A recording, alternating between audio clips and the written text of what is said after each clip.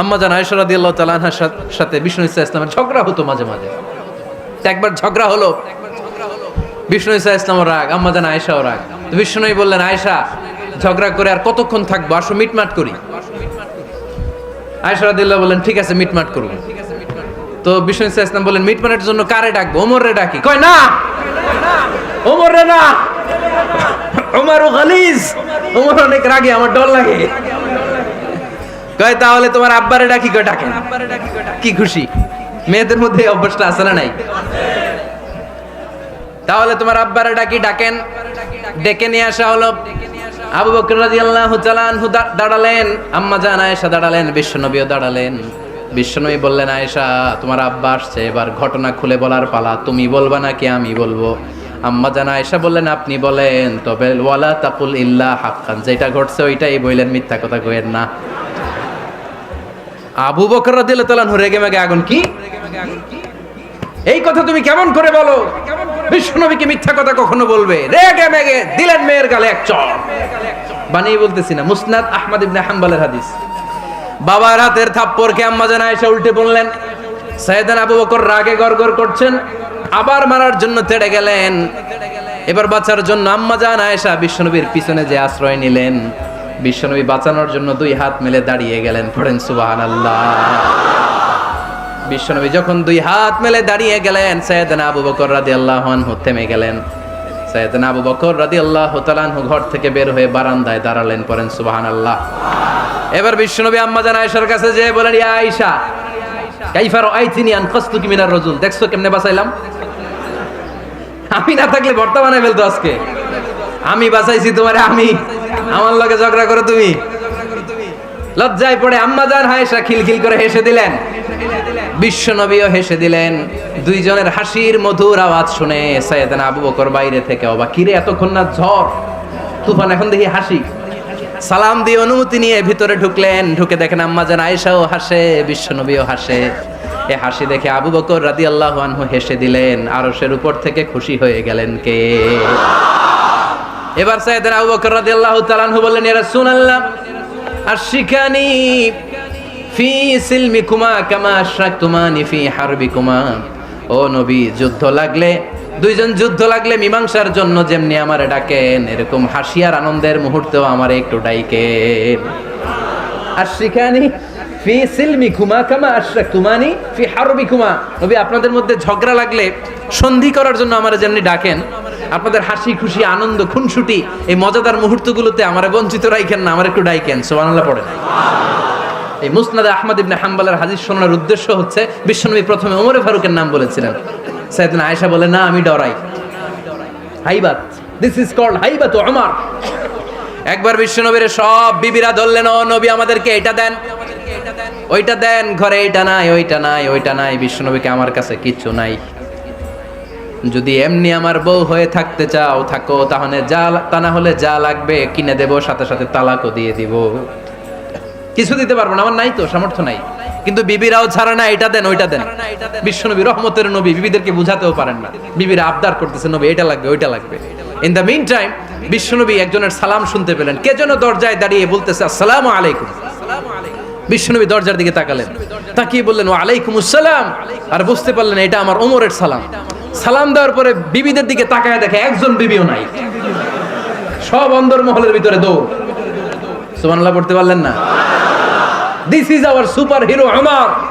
এরকম ওমর একটা লাগবে, চিল্লায় বলেন কয়টা? একটা ওমর গোটা বিশ্বকে সোজা করে দিবে। একটা ওমর সবল আর দুর্বলের সব পার্থক্য দূর করে দিবে। মাজলুমের উপর জালিমের অত্যাচারের অবসান ঘটায় দিবে। গোটা বিশ্বটাকে সাম্য, মৈত্রী, ভালোবাসার ইনসাফ দিয়ে পরিপূর্ণ করে দিবে।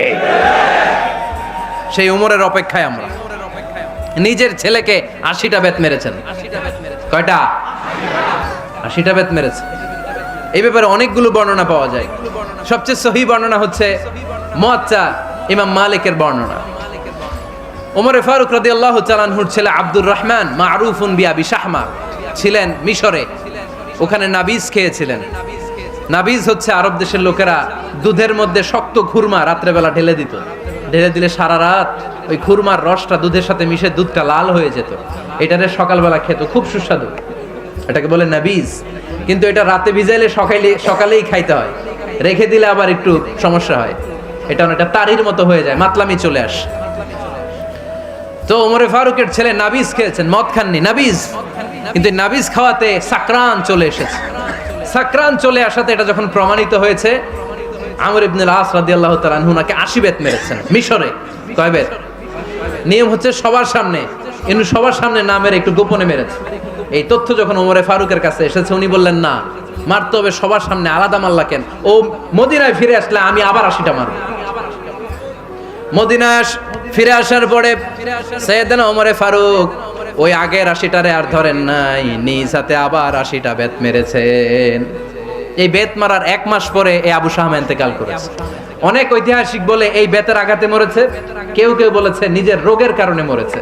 কিন্তু দিস ইজ দ্য ইনসাফ সিস্টেম অফ ওমর। নিজের ছেলে বলে ছেড়ে দেয় নাই। এখন নিজের ছেলে হইলে 7 খুন মাফ, নেতার ছেলে হইলে 10 খুন মাফ, এলাকার মোড়লের ছেলে হইলে 10 খুন মাফ। নো পার্সিয়ালিটি ইন ইসলাম। ইসলামে পার্সিয়ালিটি নাই। আপনি নেতার ছেলে হন, আপনি বিজনেস ম্যাগনেটের ছেলে হন, আপনি যেই হন না কেন, ইসলামের দৃষ্টিতে সবাই সমান। চিল্লায় বলেন ঠিক কিনা? বানু মখজুমিয়া গোত্রের এক নারী চুরিতে ধরা পড়ল। সাহাবারা বললেন, নবী, মদিনার সবচেয়ে ভেরি প্রেস্টিজিয়াস এন্ড ডিগনিফাইড ফ্যামিলির মেয়ে, আপনি হাত কাটেন না, কারণ ইসলামের নিয়ম চুরি করলে কি কেটে দাও। বিশ্বনবী বললেন, বলো কি? হাত না কাটার জন্য তোমরা আমাকে রেকমেন্ড করছো? এটা আল্লাহর আইন। পৃথিবীর কেউ রেকমেন্ড করলো শোনার ক্ষমতা আমার নাই, কারণ আইনটা দিয়েছে কে? লাউ কানাত ফাতিমাতু বিনতি মুহাম্মাদিন সারাকাত লাকাতা মুহাম্মাদুন ইয়াদাহা। আরে বনু মাকসুমিয়া মেয়ে তো দূরের কথা, আমার কলিজার টুকরা ফাতেমাও যদি আজ চুরিতে ধরা পড়তো, তার হাত কেটে দিতে আমি 1 মিনিটও দেরি করতাম না। দিস ইজ ইসলাম। এই হচ্ছে ওমরে ফারুকের মানাকিব। এরকম ওমরে ফারুক কয়টা লাগবে? আওয়াজ করে বলতে হবে, কয়টা লাগবে? একটা লাগবে। এই সাইয়েদনা ওমরে ফারুক মদিনার প্রথম চিফ জাস্টিস ছিলেন। সর্বপ্রথম উনার পরামর্শে সাইয়েদনা আবু বকর রাদিয়াল্লাহু তাআলা আনহু কোরআনকে সংকলন করেছেন। আমরা এই যে কোরআন পড়ি 30 পারা, এমদাদিয়া লাইব্রেরির 114টা সূরা, কত সুন্দর সন্নিবেশ করা হয়েছে, এখানে সাজানো হয়েছে। আল্লাহর হাবিব সাল্লাল্লাহু আলাইহি ওয়াসাল্লামের সময় কি এরকম কোরআন ছিল নাকি? ছিল না। খেজুর পাতার মধ্যে, গাছের বাকলের মধ্যে, ওটের বড় হাড্ডির মধ্যে আর পাথরের মধ্যে খোদাই করা কোরআন ছিল। সাইয়েদনা আবু বকরের সময় রাদিয়াল্লাহু তাআলা আনহুর সময় যুদ্ধ হলো, 70 জন হাফেজ সাহাবী ইন্তেকাল করলেন। সাইয়েদনা আবু বকর রাদিয়াল্লাহু তাআলা আনহুকে ডেকে ওমরে ফারুক বললেন, ও আবু বকর, এইভাবে হাফেজে কোরআন সাহাবীরা যদি দুনিয়া থেকে বিদায় হয়ে যায়, আল্লাহর কোরআনও তো বিদায় হয়ে যাবে। আমার পরামর্শ হলো, আপনি সব বয়োজ্যেষ্ঠ সাহাবীদেরকে একসাথে করে কোরআনের সব কাগজগুলোকে একসাথে করে একটা নির্ধারিত কপির মধ্যে কোরআনকে সংকলন করে ফেলেন। সাইয়েদনা আবু বকর বললেন, যেটা আমার নবী করেন এটা আমি কেমনে করি? কিন্তু ওমরে ফারুক নাচরবান্দা বলে না, এটা করলে কোনো খারাপ হবে না, ভালোই হবে। মুসলিম উম্মার জন্য এক জায়গায় কোরআন সন্নিবেশিত থাকবে, আপনি করেন। সাইয়েদনা আবু বকর রাজি হয় না, ওমরে ফারুকও ছাড়ে না। ওমরে ফারুক বলতে বলতে বলতে বলতে এমন ভাবে সাইয়েদনা আবু বকর রাদিয়াল্লাহু তাআলা আনহুকে ধরলেন, সব শেষে সাইয়েদনা আবু বকর ওমরে ফারুকের কথায় কোরআন সংকলনে রাজি হয়ে গেলেন। পড়েন সুবহানাল্লাহ। উনি বললেন, ওমর যখন আমাকে বারবার বুঝাতে লাগলো, আল্লাহ তাআলা আমার হৃদয়টা ওমরের কথা শোনার জন্য খুলে দিলেন। আল্লাহ তাআলা কেমন যেন আমাকে ইলহাম করলেন, আবু বকর করো, এই কাজের মধ্য দিয়ে আমি আমার কোরআনকে গোটা বিশ্বে জীবিত রেখে দেব। This is Omar. এই যে আমরা হিজরি সনের যে আমরা গণনা করি, এই হিজরি সনের প্রবর্তক হচ্ছে সাইয়েদনা ওমরে ফারুক। সুবহানাল্লাহ নাই? আপনাদের মনোযোগ আছে না গেছে? কই ঘুমায় গেলেন মনে হয়? তাকবীর দেন তো একজন আওয়াজ করে।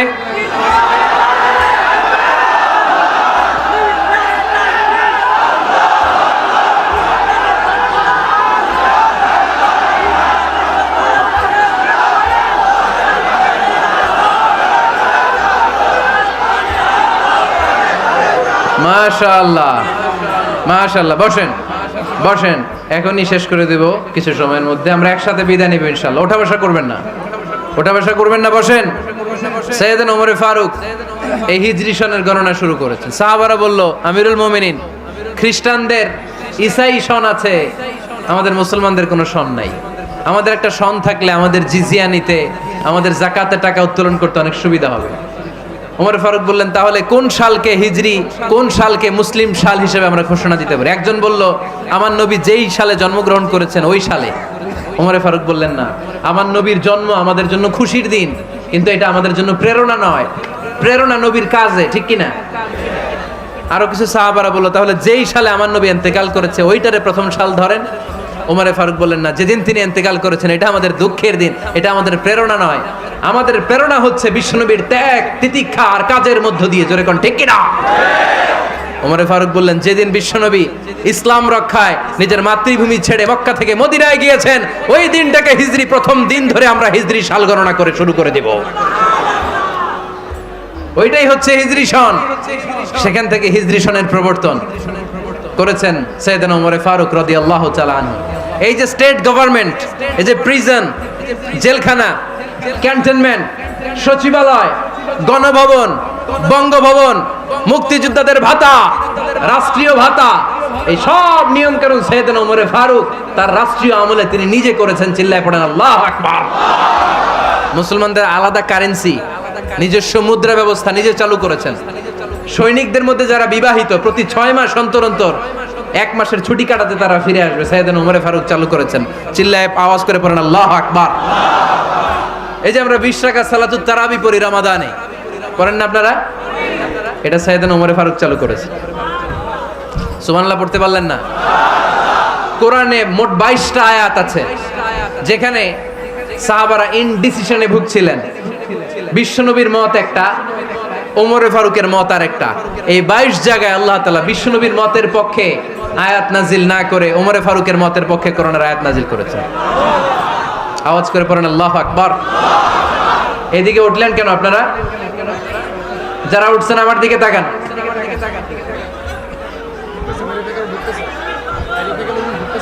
কিছু ভিতরে ঢুকতেছে, কিছু বাইরেতেছে না?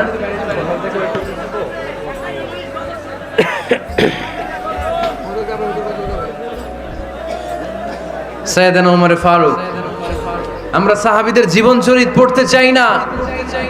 কত যে অনুপ্রেরণামূলক দৃষ্টান্ত সাইয়েদনা ওমর ফারুক আমাদের জন্য রেখে গিয়েছেন।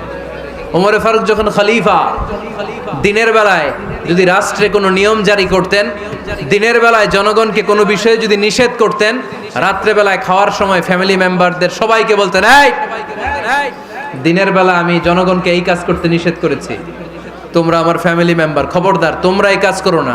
জনগণ করলে যতটুকু শাস্তি, তোরা করলে পাবি ডবল শাস্তি। সুবহানাল্লাহ কইবেন না? আমাদের নেতারা ওই বাড়ির বিচার করে, ওই বাড়ির মাইয়ার বিচার, ওই বাড়ির পোলার বিচার। নিজের পোলা গাঞ্জা টানে, আছে না নাই? নিজের মেয়ে অপরাধ করে, আছে না নাই?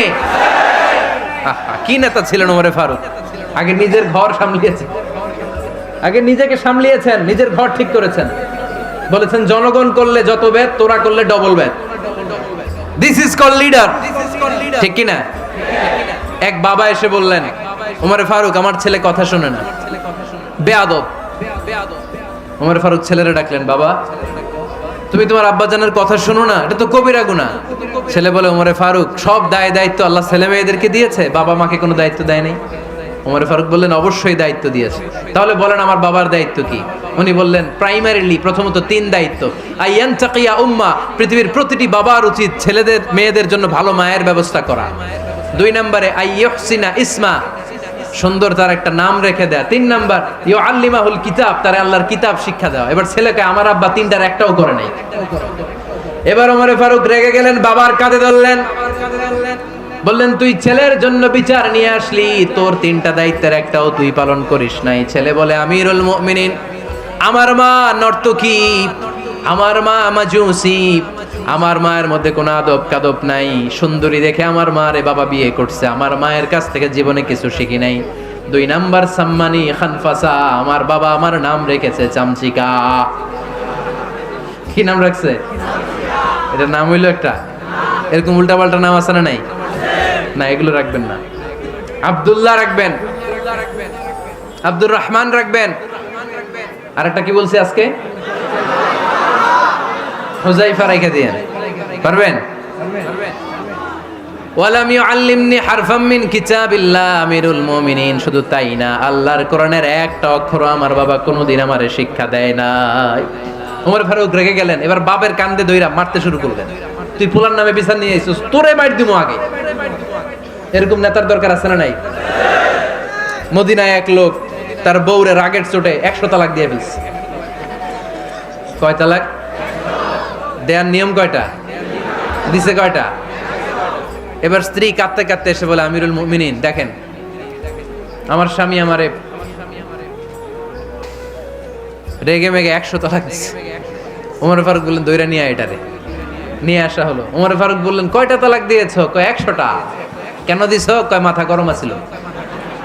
এরকম আছে না?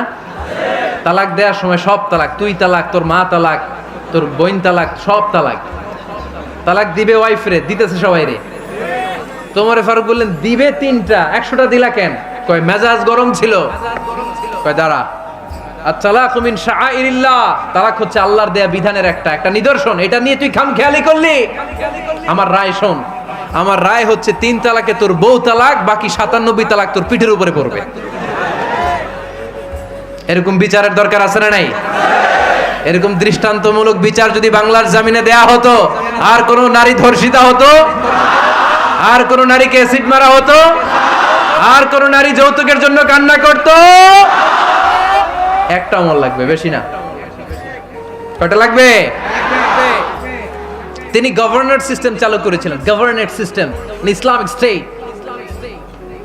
বাহরাইন, ইয়েমেন, মিসর, কুফা, বসরা, মক্কা, মদিনা, এই 7 জায়গায় 7 জন গভর্নর পাঠিয়েছেন। তাদের থেকে তথ্য নিতেন। এই গভর্নর সিস্টেম উনি বানিয়েছেন। সাইয়েদনা আমর ইবনে আল-আস রাদিয়াল্লাহু তাআলা আনহুকে পাঠিয়েছেন মিশরে। মিশরে একটা দৌড় প্রতিযোগিতা হতো। ওই দৌড় প্রতিযোগিতায় আমর ইবনে আল-আস রাদিয়াল্লাহু তাআলা আনহুর ছেলে অংশগ্রহণ করেছে, কিন্তু এক মিশরি ওই দৌড় প্রতিযোগিতায় চ্যাম্পিয়ন হয়ে গেছে। রানার্স আপ হয়েছে আমর ইবনে আল-আসের ছেলে। এবার মিশরি ফার্স্ট আর গভর্নরের ছেলে সেকেন্ড। রাগের চোটে আমর ইবনে আল-আসের ছেলে ওই মিশরির মাথার মধ্যে কয়েকটা বাড়ি মেরেছে। মিশরি বলে, আমার মারলা কেন? তুমি খেলায় পারো না, আমারে মারলা কেন? কয় আনা ইবনুল আকরামিন, আমি গভর্নরের পোলা, আমি যা বলবো এটাই হবে, আমার উপরে কথা নাই। মিশরি ওইখানে আর ঝগড়া বাঁধায় নাই, মনে দুঃখ নিয়ে মদিনায় চলে আসলেন। এসে বললেন, আমিরুল মুমিনিন, আপনি আমর ইবনুল আস রাদিয়াল্লাহু তাআলা আনহুকে মিশরের গভর্নর বানিয়ে পাঠিয়েছেন। একটা প্রতিযোগিতায় আমি চ্যাম্পিয়ন হয়েছি, ওনার ছেলে হয়েছে রানার আপ। কেন সে চ্যাম্পিয়ন হতে পারে নাই? এই কারণে আমার মাথায় লাঠি দিয়ে 3টা বাড়ি মেরে বিচারটা দিছে কার দরবারে? কথা বুঝেন নাই বোধহয়? ওমর ফারুকের দরবার। ওমর ফারুক বললেন, তাই আগামী বছরের অমুক তারিখ আমি সব গভর্নরদেরকে ডেকে হিসাব নিতে, ওই দিন তুই থাকবি, পারবি না? মিশরে বলে, পারবো মানে অবশ্যই পারবো। ওই দিন 7 রাজ্য থেকে 7 গভর্নর হাজির, গভর্নরদের ছেলেরাও হাজির, মিশরীয় হাজির। 7 গভর্নরের কাছ থেকে 7 এলাকার খোঁজ খবর নেয়ার পরে ওমরে ফারুক বললেন, আইনাল মিসরি, মিশরি লোকটা কই, এদিকে আয়। মিশরি সামনে আসার পরে বলল, আমর ইবনুল আস, তুমি মিশরের গভর্নর, তোমার ছেলে সহ তুমি আসো। আমর ইবনুল আস এসে সামনে বসে রইলেন। এবার বললেন, ও আমর ইবনুল আসের ছেলে, তুমি নাকি ইবনুল আকরামিন গভর্নরের ছেলে, তুমি যা বলবা মিশরে নাকি তাই হবে, তোমার নাকি অনেক দাপট। নিজে একটা লাঠি এনে মিশরীর হাতে দিয়ে বলল, এবার তোর মাথায় যতটা মারছে তুই ততটা গুনে গুনে মার, আমি দেখবো। আমর ইবনুল আস দেখবে, আমর ইবনুল আসের ছেলেরে তুই এখানে মার। সে বলতেছে, থাক, আপনি বলছেন এতেই যথেষ্ট, মারা লাগবে না, আমি মাফ করে দিলাম। ওমরে ফারুক বলল, খবরদার, মার মার ওর মাথার মধ্যে। মিশরি ওমরে ফারুকের ধমক শুনে ভয়ে ভয়ে 3টা বাড়ি মারল। এই বাড়ি মারা দেখেও ওমরে ফারুকের হৃদয় ঠান্ডা হয় নাই। লজ্জায় আমর ইবনুল আস, বয়স হয়ে গিয়েছে সাহাবা, মাথা তখন টাক, মাথায় চুল নাই, লজ্জায় মাথাটা হেট হয়ে মাথাটা নিচু করে রেখেছে। এবার রাগের চোটে ওমরে ফারুক বললেন, এবার আমর ইবনুল আসের টাক মাথার মধ্যে একটা মার। মার! কেন ছেলেকে শিক্ষা দিতে পারে নাই? ইয়া আমর ইবনুল আস, মাতা জাআলতুমুন নাস আবিদা, তোমরা কখন মিশরীদেরকে নিজেদের দাস বানায় নিলা? ওয়াকাদ ওয়ালাদাতুম উম্মুহুম আহরারা, আর ওদের মায়েরা তো ওদেরকে স্বাধীন সন্তান হিসেবে প্রসব করেছে। মানুষদের উপর ক্ষমতাগিরি করার জন্য গভর্নর পাঠাই নাই। খবরদার, জনগণ তাদেরকে দেখভাল করার জন্য তোমাদেরকে পাঠানো হয়েছে, তাদের উপর কোনো অত্যাচার করার জন্য নয়। চিল্লায় বলেন ঠিক কি না? এরকম নেতা কয়টা লাগবে? কয়টা? ওই নেতার নাম কি? ওমর। হ্যাঁ, হুয়া ইয়াতি ওমর। 22 জায়গায় বিশ্বনবী কয় একটা, ওমরে ফারুক বলে আরেকটা। আল্লাহ বলে, বিশ্বনবী আপনার পক্ষে আমি আয়াত নাজিল করতে পারলাম না, আমি ওমরের পক্ষে নাজিল করে দিলাম। বিশ্বনবী বলতেন, ইন্নালি কুল্লি উম্মাতিন মুহাদ্দাস, সব উম্মতের মধ্যে, সব নবীর উম্মতের মধ্য থেকে একজন করে আল্লাহ তাকে মুহাদ্দিস বানাতো। মুহাদ্দিস না, মুহাদ্দাস। মুহাদ্দাস মানে এমন লোক যিনি যা ভাবতো ওই ভাবনাটাই আল্লাহ আয়াত হিসেবে নাজিল করে দিতেন। বিশ্বনবী বলেন, আমার উম্মতের মধ্যে মুহাদ্দাস হচ্ছে সাইয়েদনা ওমর। মদিনার সবচেয়ে বড় মুনাফিকের নাম আব্দুল্লাহ ইবনে উবাই ইবনে সালুল। সব মুনাফিকদের সরদার, কিন্তু এই মুনাফিকের ছেলেটা হলো পাক্কা ইমানদার। এই ছেলের নাম হলো আব্দুল্লাহ। আওয়াজ করে বলেন, ছেলের নাম কি? আব্দুল্লাহ ইবনে উবাই ইবনে সালুল। মুনাফিক সরদার যখন ইন্তেকাল করলো, সাইয়েদনা আব্দুল্লাহ রাদিয়াল্লাহু তাআলা আনহু বিশ্বনবীর কাছে এসে চোখের পানি ছেড়ে ডেকে বলে, নবী আপনিও জানেন, আমিও জানি, মদিনার সবাই জানে আমার আব্বা মুনাফিকদের সরদার, কিন্তু আমার মন তো মানে না, আমার তো পিতা, আমার তো বাবা লাগে, আমার তো মন মানে না। আপনিও জানেন মুনাফিক, আমিও জানি মুনাফিক। নবী আপনার দরবারে কিছু আমি চাই না, আপনার গায়ের একটা জামা দেন, আপনার জামাটা পরিয়ে আমার বাবারে দাফন দিব। এর উসিলায় যদি আমার আব্বারে আল্লাহ মাফ করে দেয়, দয়ার নবী মায়ের নবী জামা খুলে দিয়ে দিলেন। পড়েন সুবহানাল্লাহ। আব্দুল্লাহ রাদিয়াল্লাহু তাআলা আবার আবদার চললেন, নবী জানি আমার বাবা মুনাফিক, কিন্তু আমার তো বাবা, আপনার দরবারে ফরিয়াদ, আপনি নিজে যে আমার বাবার জানাজার নামাজের ইমামতি করবেন। দয়ার নবী মায়ার নবী জানাজার নামাজে যেতে চাইলেন। ওমরে ফারুক বললেন, নবী না, খবরদার আপনি উবাই ইবনে সালুলের জানাজায় যাবেন না। বিশ্বনবী জোর করে যেতে চাইলেন। সাইয়েদনা ওমরে ফারুক বিশ্বনবীর জামা পেছন থেকে টেনে ধরলেন। আল্লাহু আকবার। টেনে ধরলেন, যাবেন না আপনি। ওমরে ফারুকের হাত থেকে হ্যাচকা টান মেরে জুব্বা টান দিয়ে বিশ্বনবী জানাজায় চলে গেলেন।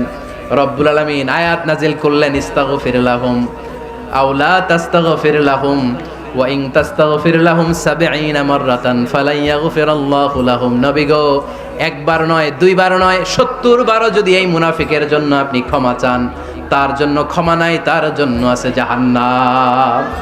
ওয়ালা তাকুম, আপনি যাবেন না আলা কবরি, কখনো তাদের জানাজায় যাবেন না। এই যে একটা ভুল করে ফেলছেন, এটা এইবারই শেষ, এরপরে আর যাবেন না। সাইয়েদনা ওমর ফারুকের পক্ষে আল্লাহ তাআলা কোরআনের আয়াত নাজিল করে দিলেন। চিল্লায় পড়েন আল্লাহু আকবার। এভাবে 22টা জায়গায় ওমর ফারুক যা বলেছে, এটা নিয়ে একটা আলাদা আলোচনা হইতে হবে। আলাদা একটা আলোচনা লাগবে যে 22টা আয়াতে আল্লাহ তাআলা বিশ্বনবীর পক্ষে কোরআনের আয়াত নাজিল না করে সাইয়েদনা ওমর ফারুকের পক্ষে আয়াত নাজিল করেছেন। চিল্লায় পড়েন সুবহানাল্লাহ। ওই ওমর ফারুককে আমাদের মডেল বানানোর দরকার আছে না নাই? ওই ওমর ফারুকের জীবনী আমাদের ছেলে মেয়েদেরকে পড়ানোর দরকার আছে না নাই? আমাদের ভবিষ্যৎ প্রজন্ম এগুলো জানে না। ওরা সালমান খান দেখে বড় হয়, ওরা শাহরুখ খান দেখে বড় হয়, ওরা ঋত্বিক রোশনকে দেখে বড় হয়। ওরা মনে করে যে এরাই বড় সুপার হিরো। আমাদের যে কত বড় সুপার হিরো আছে এরা জানেই না। নতুন প্রজন্মের কর্ণকোহরে সাইয়েদনা ওমরে ফারুকের ইতিহাস পৌঁছে দেওয়ার দরকার আছে না নাই? ওমরে ফারুকের ইন্তেকালের ঘটনাটা বলেই আমরা মুনাজাতের দিকে যাব। শুনবেন? শুনতে চান? উনি স্বপ্নে দেখলেন একটা লাল মোরগ ওনাকে 3টা ঠোকর মেরেছে। কয়টা? উনি জুমার নামাজে, জিলহজ মাসের শেষ সপ্তাহে জুমার নামাজে বললেন যে একটা লাল মোরগ 3টা ঠোকর মেরেছে। মুগীরা ইবনে শুবা রাদিয়াল্লাহু তাআলা আনহুর দাস আবু লুলু আল মাজুসি, এই লোকটা খঞ্জর বানাতে পারতো। মুগীরা রাদিয়াল্লাহু তাআলা আনহুর দাস। মুগীরা প্রতিদিন 4 দিরহাম করে চার্জ করতো, যেহেতু দাস। সে এসে বিচার দিল, আমিরুল মুমিনিন, মুগীরা আমার থেকে বেশি টাকা চায়, জুলুম করে। ওমরে ফারুক বললেন, তাই? তুমি কি কাজ জানো? বলে, আমি খঞ্জর বানাতে জানি। বাড়ি কই? পারস্য। আরে তুমি খঞ্জর বানাতে জানলে তো 4 দিরহাম অনেক কম, সে তো আরো বেশি টাকা নেওয়া দরকার ছিল তোমার থেকে। আবু লুলুর এই কথা পছন্দ হয় নাই। সে কয়, ওমর তুমি সবারে দয়া দেখাও আর আমার ক্ষেত্রে কঠিন নিয়ম বানাইলা, দাঁড়াও এই নিয়ম তোমারে আমি দেখাবো। এই রাগে সে বাড়িতে যে একটা খঞ্জর বানালো। কি বানালো? খঞ্জর চিনেন? ছোট্ট ছুরি। কিছুদিন আগে ওমানের সুলতান কাবুস ইন্তেকাল করেছে, জানেন আপনারা? ওনার এই কোমরের মধ্যে খঞ্জর থাকতো, ছবিতে দেখছেন? আরব শায়েখ যারা সুলতান আমির, কোমরে কি থাকে? ছোরা থাকে, খঞ্জর। সে বাসায় যে একটা খঞ্জর বানালো, যেই খঞ্জরের দুই মাথা, লাহু রাসান ওয়া মাকবাদাতুহু ফি ওয়াসাতি, আর ধরার হ্যান্ডেলটা মাঝখানে, এদিকেও ছুরি এদিকেও ছুরি, যাতে এইভাবে এইভাবে মারা যায়।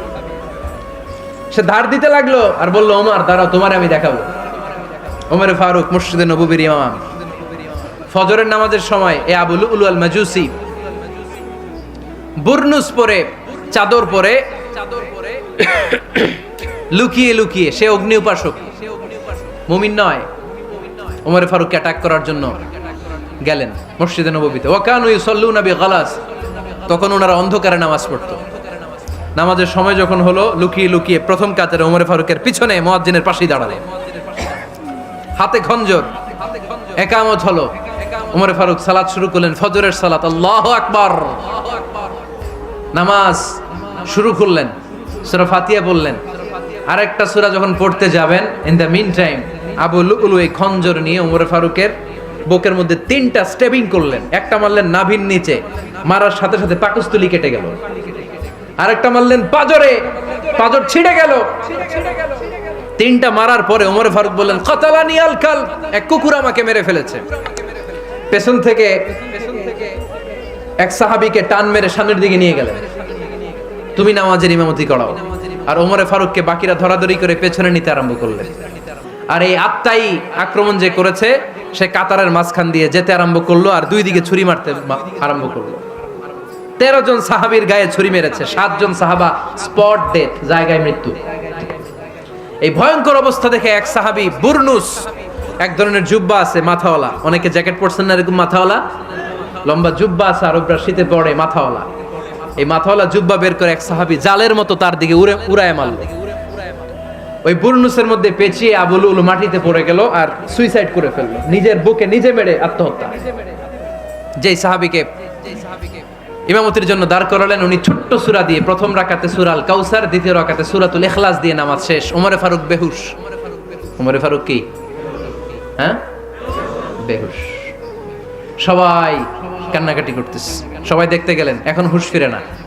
মুখের মধ্যে, মুখ খুলে রাষ্ট্রের চিকিৎসক মুখের মধ্যে দুধ দিলেন, ওই নাভি দিয়ে দুধ বের হয়ে যায়, পাকস্থলী কেটে ওখান দিয়ে দুধ বের হয়ে যাচ্ছে। তারা বললো, ওনারে বাঁচানো সম্ভব না, দেখেন হুঁশ ফিরে কিনা। হুঁশ ফিরলে ওনার পরে কে আমির হবে, উনি যেন প্যানেল ঠিক করে দিয়ে যায়।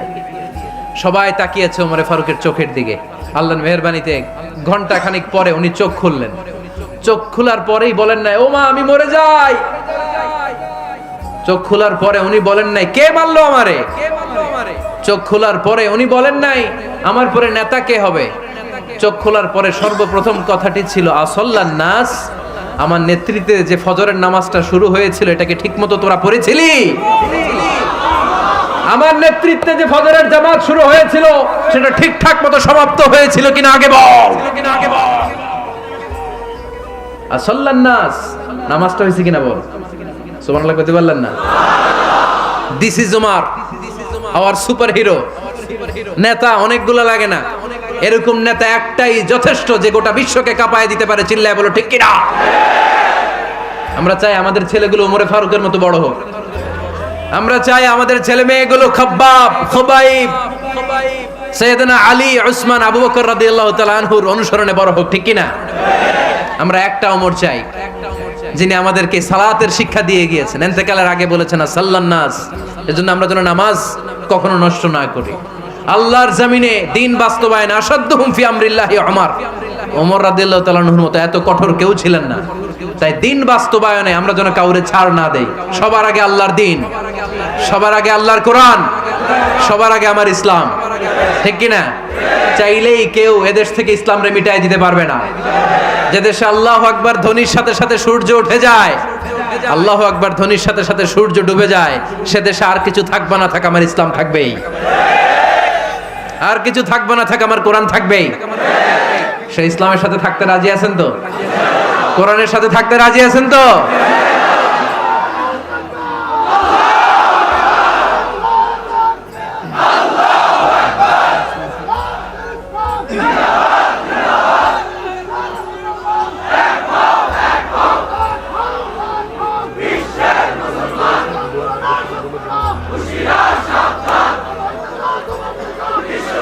আল্লাহ আমাদের সবাইকে কবুল আর মঞ্জুর করে নেক, আমরা পড়ি আমিন।